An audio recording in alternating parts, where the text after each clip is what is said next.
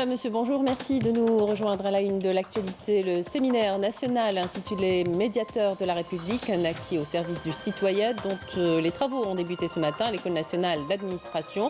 Dans son allocution lui en son nom par le médiateur de la République. À cette occasion, le président de la République a souligné qu'un service public de qualité est essentiel pour asseoir une base solide d'une Algérie nouvelle.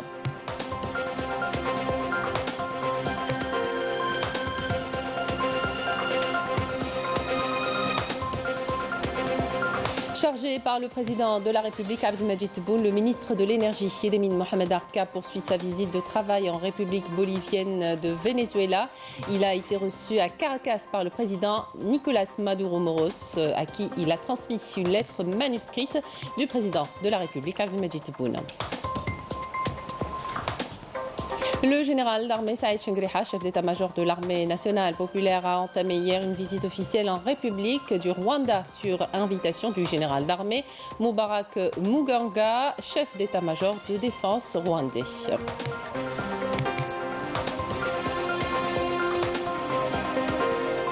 Réunion cet après-midi au Conseil de sécurité de l'ONU, durant laquelle le projet de résolution déposé par l'Algérie appelant un cessez-le-feu immédiat à Gaza sera soumis au vote des membres du Conseil. Une résolution menacée par un nouveau veto américain alors que la situation humanitaire reste catastrophique ce mardi dans la bande de Gaza, où près d'1,5 million de Palestiniens s'entassent dans la ville de Rafah menacée d'assaut par l'entité sioniste.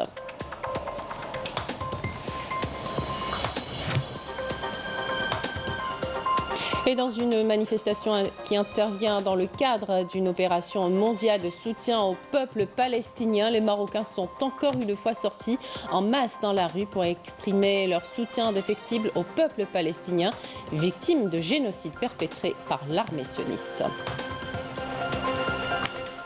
Bienvenue à tous. Nous entamons cette édition avec le coup d'envoi aujourd'hui à l'École nationale d'administration des travaux du séminaire national intitulé Médiateur de la République, un acquis au service du citoyen qui coïncide avec le 4e anniversaire de la création de l'instance du médiateur de la République.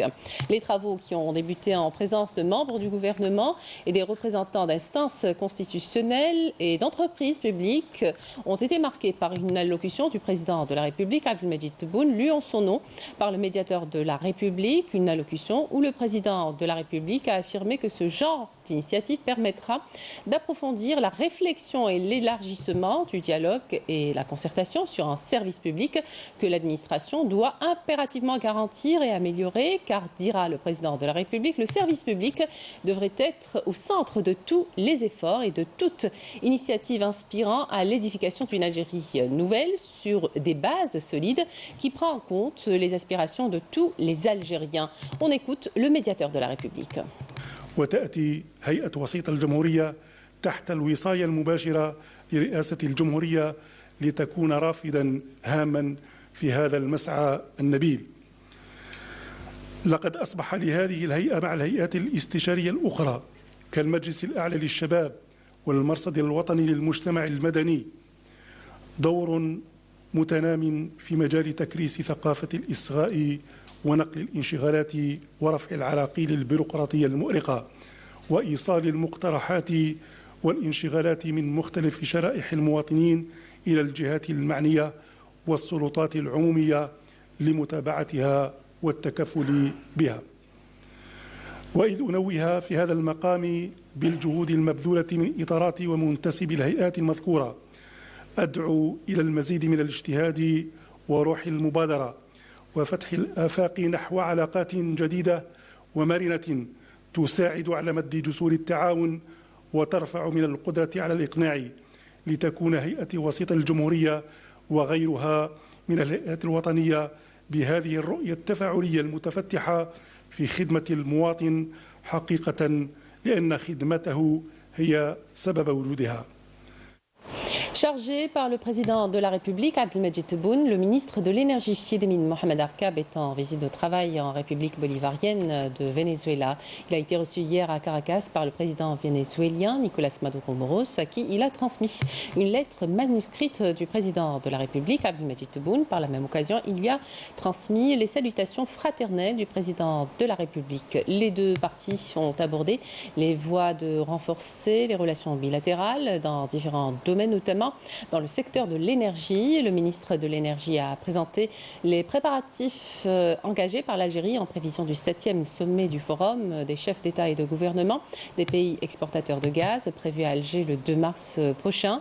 À cette occasion, Mohamed Arkab a indiqué que le président de la République comptait sur la contribution effective de la République du Venezuela lors de ce sommet dans le soutien des valeurs de solidarité entre les membres des pays du Forum dans le but de consolider le dialogue et l'intensification des consultations afin de développer ses ressources en gaz et industrie gazière et le développement des relations historiques entre les deux pays. De son côté, le président du Venezuela a chargé le ministre de l'Énergie et des Mines de transmettre les salutations fraternelles au président de la République, insistant sur la volonté de son pays de développer les relations de coopération avec l'Algérie et l'AIC à de larges horizons. Mohamed Arkab a été également reçu par son homologue vénézuélien Pedro Rafael Telechea Ruiz, qui occupe également le poste de président directeur général de l'entreprise vénézuélienne du pétrole. Lors de cette audience, les deux parties ont évoqué les relations de partenariat dans le domaine énergétique et les voies de les consolider, notamment dans la recherche, l'exploitation, la production des hydrocarbures et la pétrochimie et la maintenance dans le secteur de l'industrie pétrolière et gazière. Les deux parties ont également abordé les perspectives de coopération dans la formation et l'échange d'expériences entre l'entreprise Sonatrach et l'entreprise vénézuélienne du pétrole Petroquímica. Le général d'armée Saïd Chengriha, chef d'état-major de l'armée nationale populaire, a entamé hier une visite officielle en République du Rwanda sur invitation du général d'armée Mubarak Muganga, chef d'état-major de défense rwandais. À son arrivée, le général d'armée Saïd Chengriha, chef d'état-major de l'armée nationale populaire, a reçu au niveau de son lieu de résidence dans la capitale rwandaise, Kigali, le général d'armée Mubarak Muganga, chef d'état-major des forces rwandaises de défense, qui lui a rendu une visite de courtoisie. Cette visite a été une opportunité pour les deux parties d'évoquer les questions d'intérêt commun entre les armées des deux pays.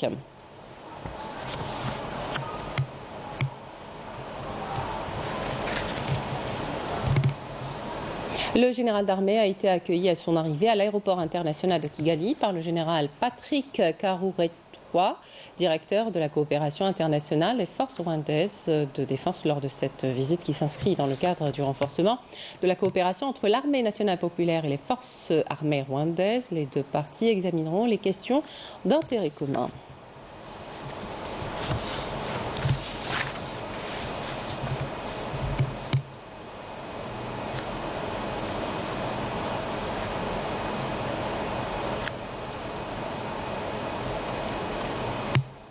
Sur instruction du président de la République, Abdelmajid Tebboune, l'Algérie prend part aux audiences publiques à la Cour internationale de justice sous la supervision du ministre des Affaires étrangères et de la communauté nationale à l'étranger, Ahmed Attaf. Des audiences consacrées aux plaidoyers liés à la demande d'un avis consultatif sur les conséquences juridiques découlant des politiques et pratiques de l'entité sioniste dans les territoires palestiniens. Il devra présenter son plaidoyer ce mardi après avoir participé aux différentes étapes précédant ces audiences. La Cour internationale de justice a entamé hier les audiences publiques qui ont débuté par le plaidoyer de la délégation palestinienne conduite par le ministre palestinien des Affaires étrangères et des expatriés, Riyad El-Maliki.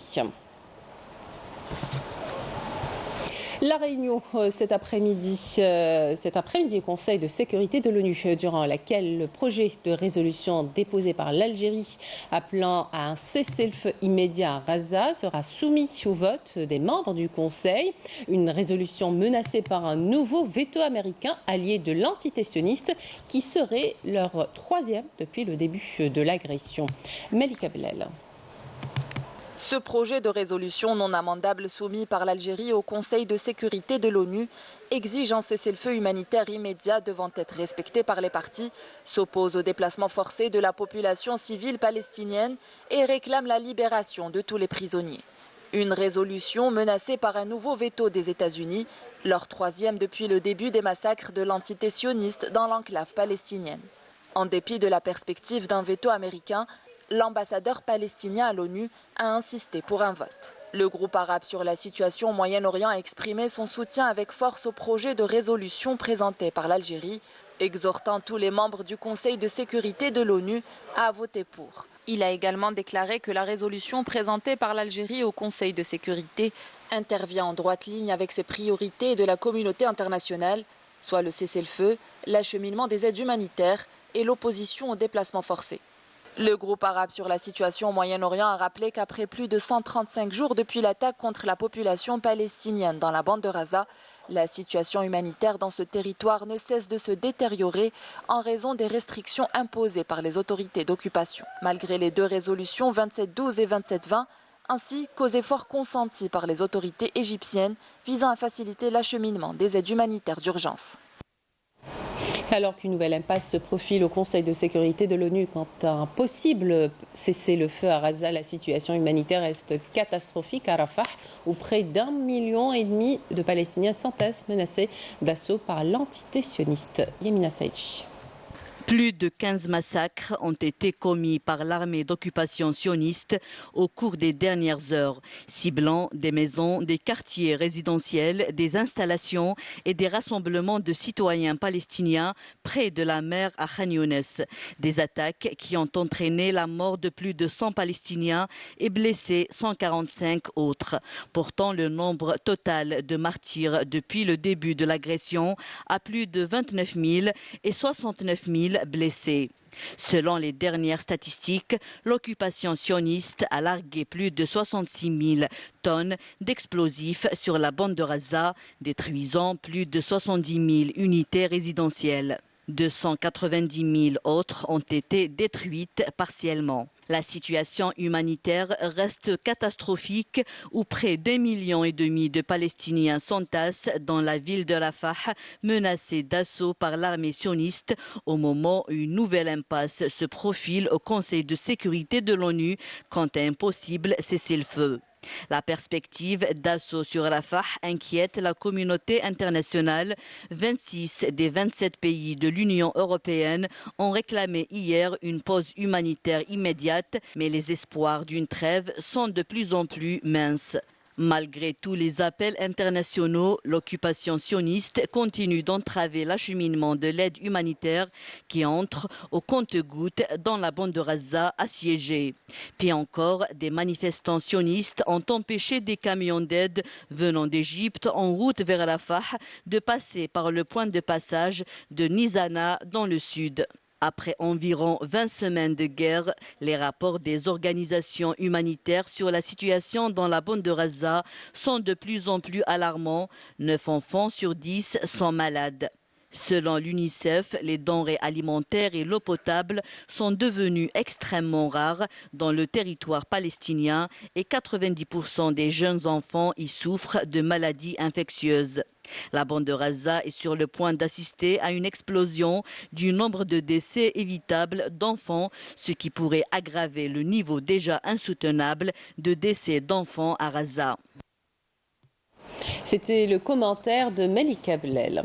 Et dans une manifestation qui intervient dans le cadre d'une opération mondiale de soutien au peuple palestinien, les Marocains sont encore une fois sortis en masse dans la rue pour exprimer leur soutien indéfectible au peuple palestinien, victime de génocide perpétré par l'armée sioniste. Badia Amarni, Yasmine Saudi.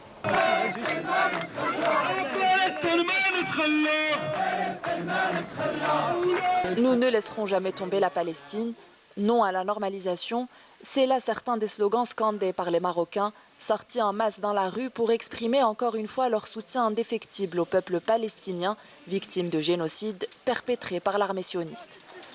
Les rues de Casablanca sont bondées de monde venu des 4 coins du Maroc pour manifester pacifiquement et pour également rejeter la normalisation avec l'entité sioniste.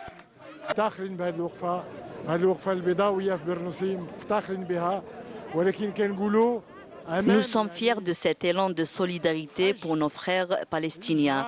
Nous sommes ici pour dénoncer le génocide contre le peuple palestinien et contre l'humanité. Il faut maintenir notre pression et exiger du système marocain de se rétracter quant à la normalisation avec l'entité sioniste et laisser tomber les conventions militaires avec l'occupant sioniste et toutes les conventions signées ces dernières années. على النظام المغربي تخلي على التطبيع تخلي على الاتفاقية العسكرية في هذه الوقفة الاحتجاجية من أجل فلسطين من أجل القدس من أجل إيقاف هذه الإبادة. Je suis présent à cette manifestation pour la Palestine, pour Al-Quds, pour demander l'arrêt du génocide, des crimes perpétrés et les déplacements forcés des Palestiniens par l'occupant sioniste.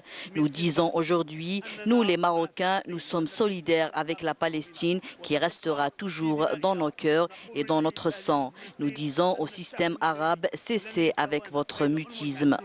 Cette manifestation intervient dans le cadre d'une opération mondiale de soutien au peuple palestinien. Aussi, parallèlement à Casablanca, d'autres manifestations dénonçant le génocide à Gaza sont organisées partout dans le monde.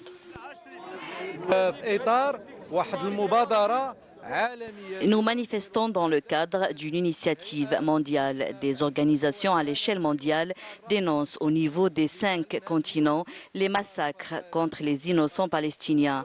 Nous sommes ici également pour élever nos voix et exiger l'arrêt immédiat du génocide dont est victime le peuple palestinien et dénoncer également le mutisme et le laxisme des institutions mondiales vis-à-vis de ce qui se passe dans les territoires palestiniens.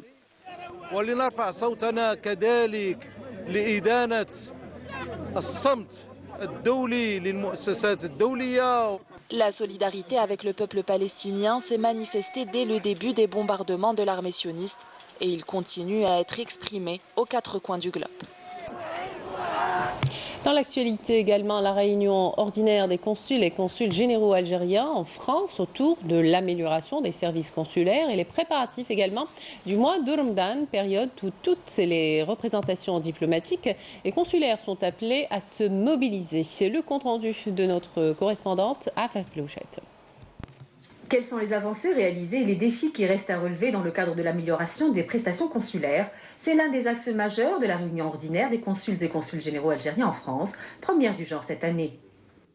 Monsieur le Président de la République suit cela de très près.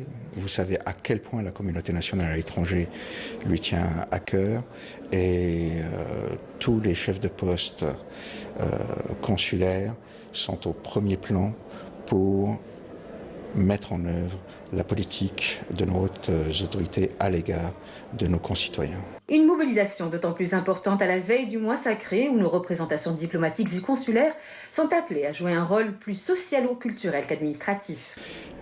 Nos chefs de poste consulaires seront amenés à organiser des ftors tout au long du Ramadan, des ftors, des activités culturelles à travers l'Hexagone. La rencontre a été marquée par une minute de silence à la mémoire des martyrs de la guerre de libération nationale au lendemain de la journée du Shahid.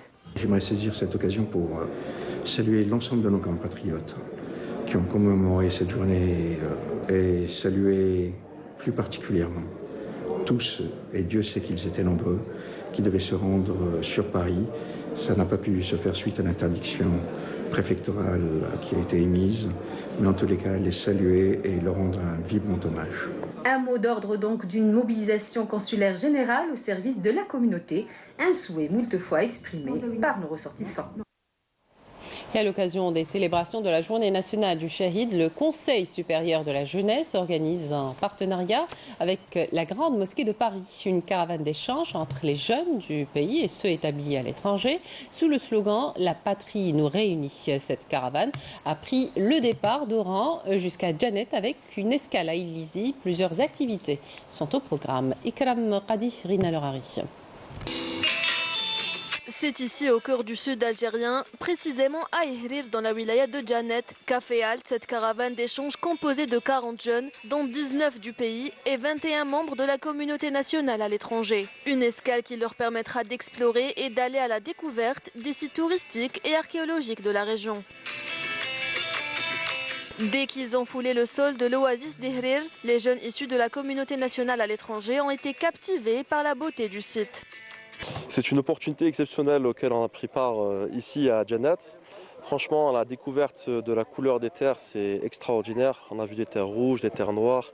Je me suis demandé si ici ce n'était pas un océan, tellement qu'il y a de la végétation, de l'eau. C'est vraiment incroyable, c'est exceptionnel. On est donc arrivé ce matin à Ménilizy. Donc la route, elle est magnifique, incroyable. On a vu des paysages à couper le souffle. Au Djanet Ranafiha, on est en train de découvrir. Donc c'est une ville incroyable, magnifique, très verte pour une ville dans le désert. Où, Inch'Allah, on va découvrir encore davantage sur le peuple ou sur la culture de Djanet. Nous avons commencé notre voyage d'In Amenas en passant par Ilizi.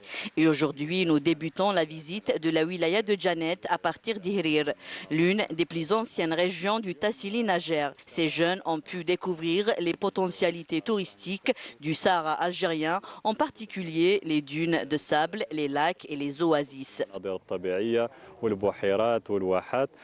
Outre les circuits touristiques, les invités de Djanet ont animé des ateliers de réflexion sur certaines questions de développement en compagnie de jeunes locaux. Une occasion de promouvoir les échanges d'idées, mais aussi de mettre en lumière la richesse et la diversité culturelle algérienne, tout en renforçant le sentiment d'appartenance des jeunes à leur patrie. Le voyage, c'est aussi un moyen de faire un échange avec les locaux. Donc, شباب اللي ساكنين في Djanet, في Ilizi. Nous avons eu l'opportunité de prendre part à cette caravane. Tout est bien organisé. Nous avons pu échanger avec les jeunes de la communauté nationale à l'étranger et partager avec eux nos coutumes et traditions. Je suis très contente d'avoir pu découvrir le Sahara algérien. Je suis émerveillée par ces paysages captivants.